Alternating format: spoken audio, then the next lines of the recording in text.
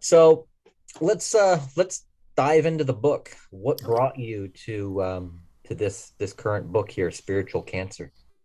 Well, back in 2019, let me back up a little. 2018, I was feeling very sick. I didn't understand what was going on with me because I've never been really sick before, and it was a new thing for me. And by 2019, I went to a doctor, and he diagnosed me with Hodgkin's lymphoma.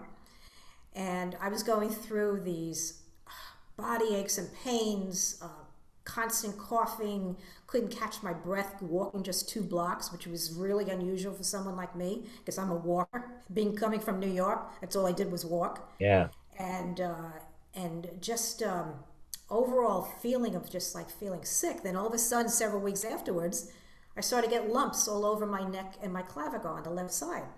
And I said, okay, there's something wrong here. Yeah. Something's not right.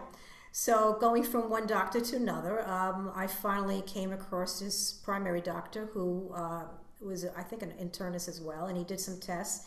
And he and my first doctor realized that I had Hodgkin's lymphoma.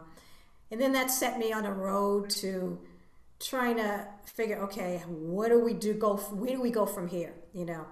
I was never not, I was never a person who felt like the medical industry had all the answers, but here I had to put my faith in certain people because I was trying to figure this whole thing out and what I was going to have to do for myself to heal myself.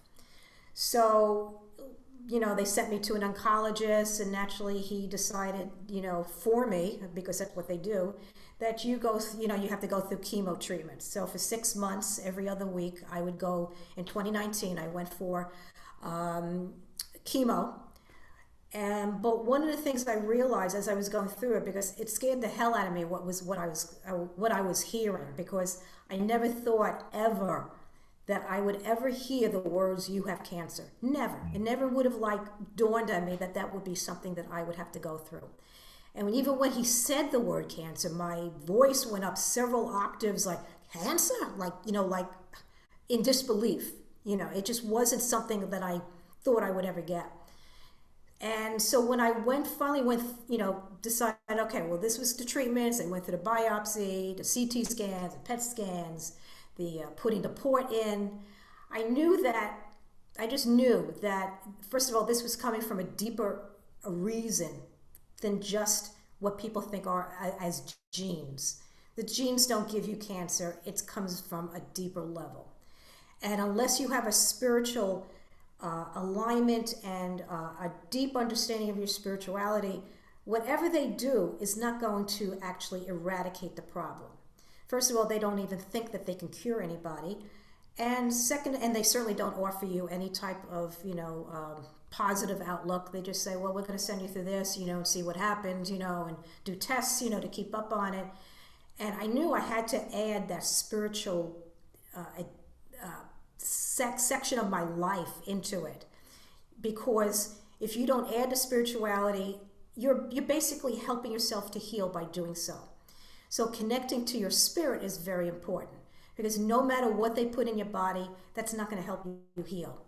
And if you don't add that spiritual side to you, you're going to keep on getting it over and over and over again, because basically what it comes down to is the fact that there's something inside of you that needs to be healed. And Yeah. you have a spiritual aspect in you that has, the time we come here in a physical form, we are inundated with so many things that can just contaminate and poison us here.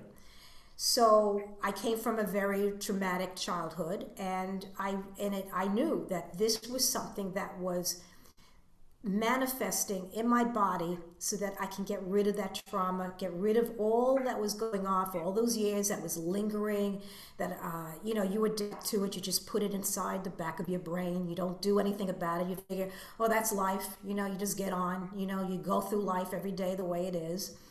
And I was always a questioner to begin with. I never accepted what people said. I was just like, let me see what this is all about. So I was always studying and researching, what's our life about? Why do things happen to us? What's our reality about?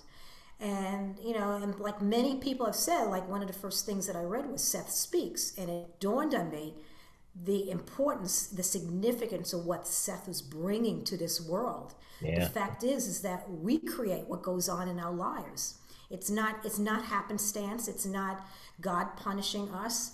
The God force is there as part of our the creation source, creative source. But we are the ones that decide, because of our free will, what we intend to do with our mission, with our agenda to be in this life. And I feel that one of the reasons why I decided to do this, besides the fact that I had to get rid of trauma, I had to tell people about it. I had to let people know that this isn't all what we've been told it is. It's not just physical, and that's where the medical industry just takes care of the physical aspects. They Yeah. don't add in the spiritual ramifications of the whys and wherefores. They're just interested in your genes and your circulatory system, the body parts, the organs. They don't go beyond that. Unless, of course, you actually meet a holistic doctor, for instance, or some naturopathic doctors, healers, spiritual healers. These are beings that bridge both sides. And what I realized is that I had to participate in my own healing. Can't just like leave it up to them. Yeah. This isn't just about them. They're just going to go along their little guidelines, their national guidelines. But it's up to each individual to take care of themselves. And that's where I entered. I started journaling all my treatments. Every time I went for a treatment, no matter what it was, and I was just getting these channeled, really interesting channeled observations of everything I was going through. So it's pretty entertaining when you read the book, and then all the insides and outs, the in and outs of what I was thinking, of what I knew other people might be thinking, who have been going through this.